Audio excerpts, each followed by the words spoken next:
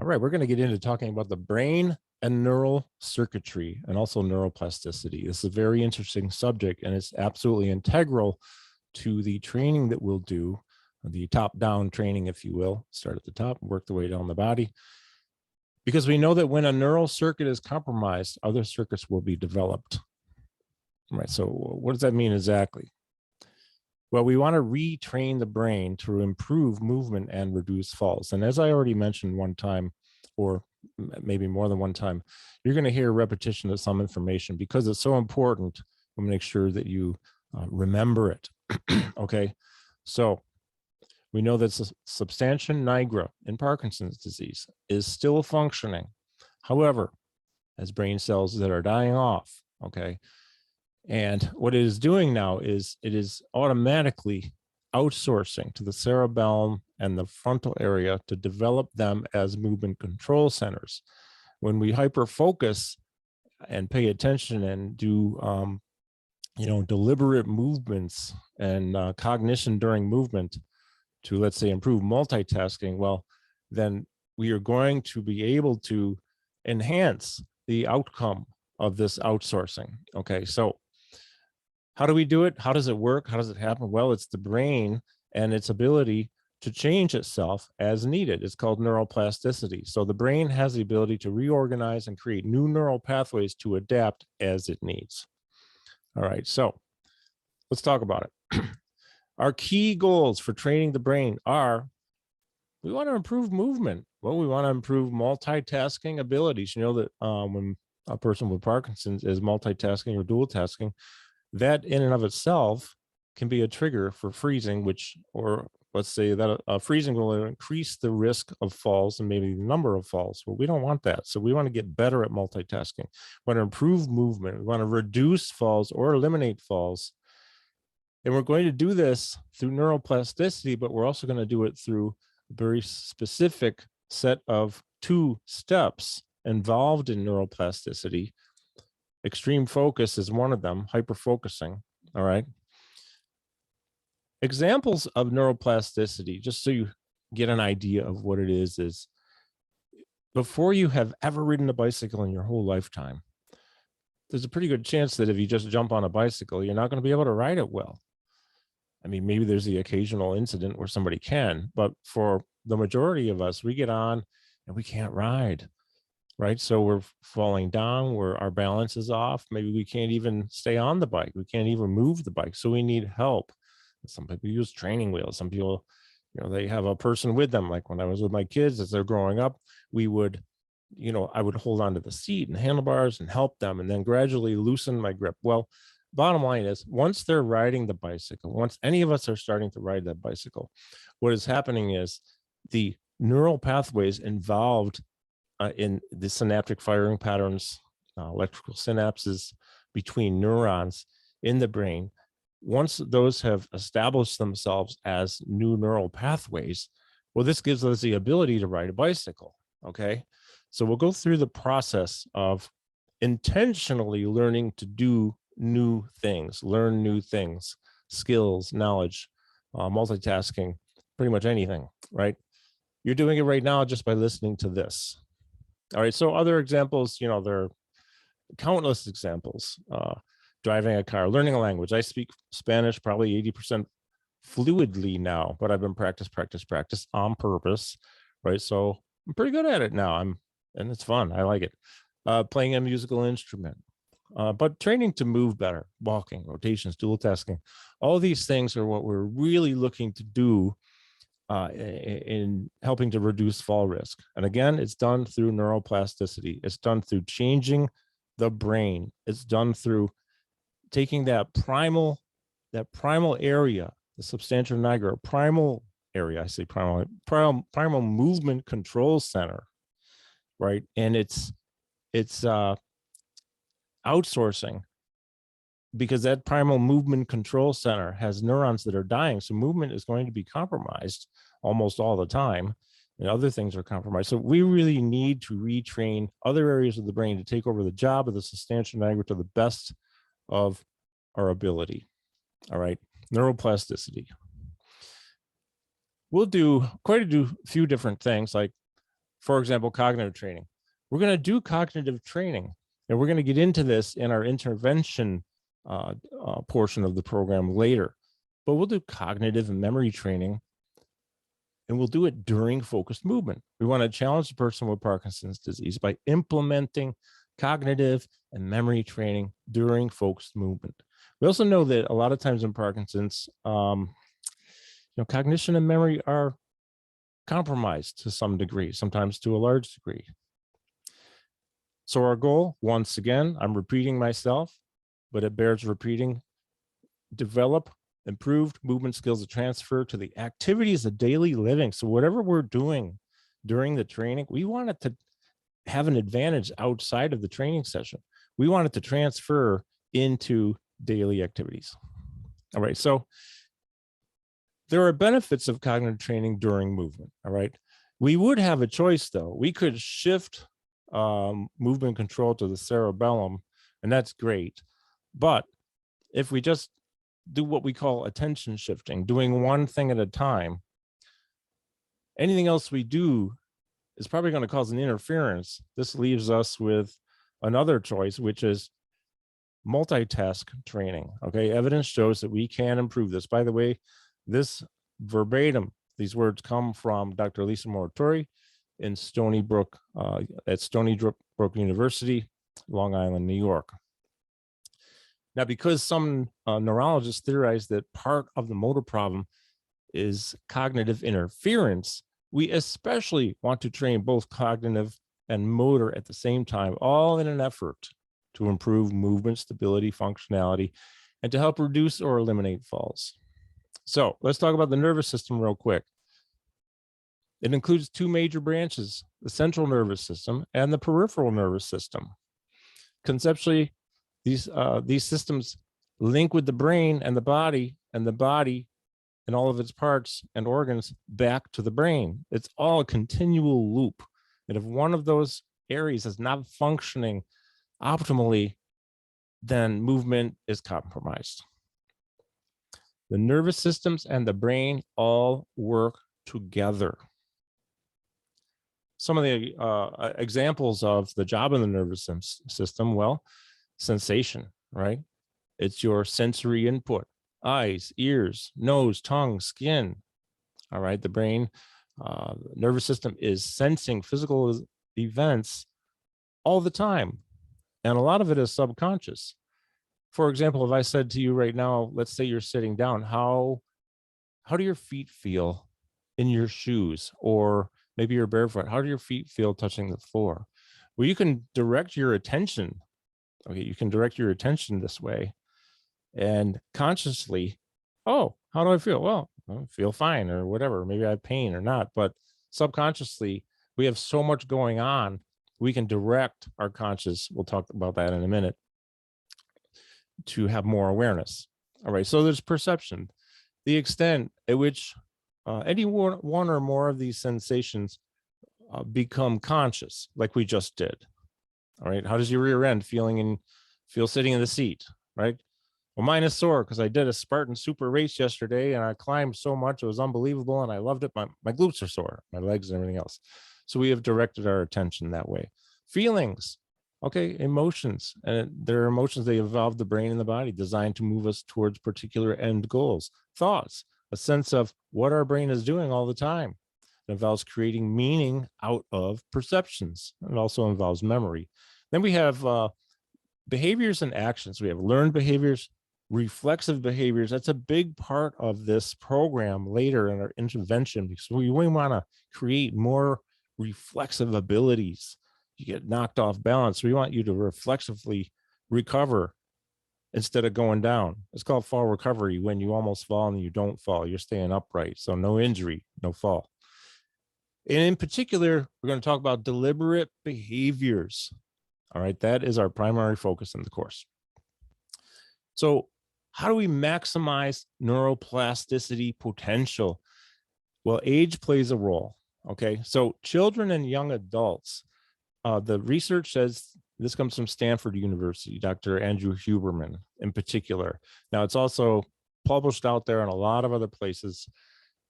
Children and young adult brains are highly neuroplastic. Okay, and this would be approximately age 25 and younger. The younger, the more plasticity the brain has. So exposure alone can prompt the creation of new neural circuitry. I've met people. One of the most interesting examples to me is I was in Mexico. The first time I went there, a friend of mine came in at the hotel to the brunch, or I'm sorry, the breakfast. And she came in with a friend of hers. And this friend of hers, she starts speaking English like perfectly, like no accent, if you will. And then I hear her speaking Spanish perfectly. Wow, where are you from? Oh, Mexico City. You speak English so well. Oh, yeah, it was spoken in my household since the day I was born. Well, there's mere exposure. Okay. So very, very interesting. And the brain customizes itself based on experiences. All the experiences in our life customize our brain. Interesting, right? So adult brains are less neuroplastic. Over the age of 25, things change. So we have to intentionally try to learn things and direct the changes. It's called self-directed adaptive plasticity, right? We direct the changes in our brain by implementing two primary steps. So this is neuroplasticity right here. I want you to pay close attention, hyperfocus, extreme focus, and realize here's what it is. Step one, extreme focus. And we can chunk our focus, like maybe it's a minute at a time or 30 seconds or a half hour or whatever we can do, and actually pay attention and not get distracted or fatigued too much. Chunk it. Short bouts of extreme focus and deliberate effort, which will vary from person to person and maybe even day to day for some. This is what we need to do. Short bouts of extreme focus and deliberate effort. You may get a feeling during this, okay, that causes strain and discomfort during the effort. That is noradrenaline, my friends. That is the chemical that's released, a neurochemical that's released in the brain, and it can cause fatigue. You ever studied so much or tried to learn something so much or focus so much that you just get mental fatigue, cognitive fatigue? It's noradrenaline. The beauty of it, though, is that during this effort, there's another neurochemical that's released called acetylcholine, and it's released at the site of the synapses involved in the learning event. So this could be movement, right? You're focusing on a movement, a multitasking thing, and you have fatigue maybe mentally and focus-wise, but this acetylcholine is released at the synapses that are involved in the learning event, okay? The acetylcholine marks the neurons for strengthening. So step one, extreme focus. And what I want you to do is learn to attach some kind of reward to the effort. Again, this is from Stanford University, Dr. Andrew Huberman, right? Reward, attach it to the effort. You're practicing something, you're practicing, you're fatigue. Oh, I want to stop, but you try a little harder. You push yourself, don't kill yourself, and be safe always, don't compromise yourself too much from, like maybe falling and all that, but push yourself, but realize this is you getting better. This is me getting better. That's the reward I want you to attach to this. Step two is simple. Well, if you sleep well, it's a sleep-like state. Sleep is the best. Go to bed. Neural pathways when you're sleeping, new neural pathways and circuitry are best formed and strengthened during sleep. That's it, folks. That is neuroplasticity. Hyperfocus, sleep. All right. Hyperfocus and sleep. So again, there are many benefits of cognitive training during movement. We train both motor and cognitive at the same time in an effort to improve movement, stability, functionality, balance, mobility, agility, and to help reduce or eliminate falls. Now, just a little bit more here. There's also a thing called things called interoception and exteroception. And the brain and the nervous systems, they need to work together. And we want to create this balance. So let's talk about it for a minute. Interoception, what is it? This is paying attention to and being mindful of how we feel within the confines of our own skin. How do you feel?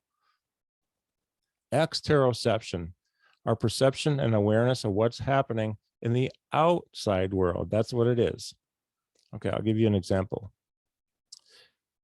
After I tell you that the nervous system's job is to take the inner world and match it to the demands of the outside world. We want to have the ability to match to the demands of the outside world. This is another thing we're training for.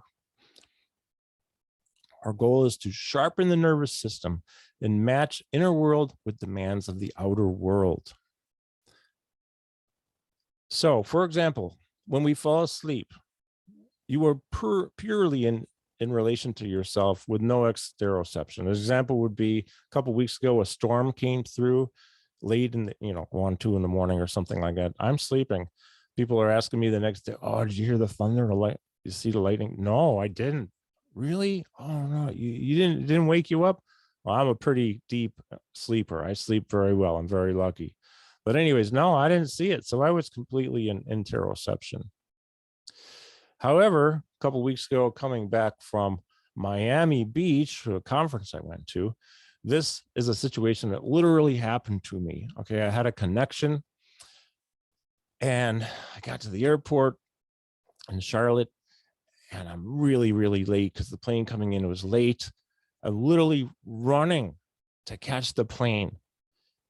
I'm late. I actually was like asking, sort of yelling as I got closer to the gate, wait, don't shut the door. Don't shut the door. Okay, during this, I was not in touch with my inner self.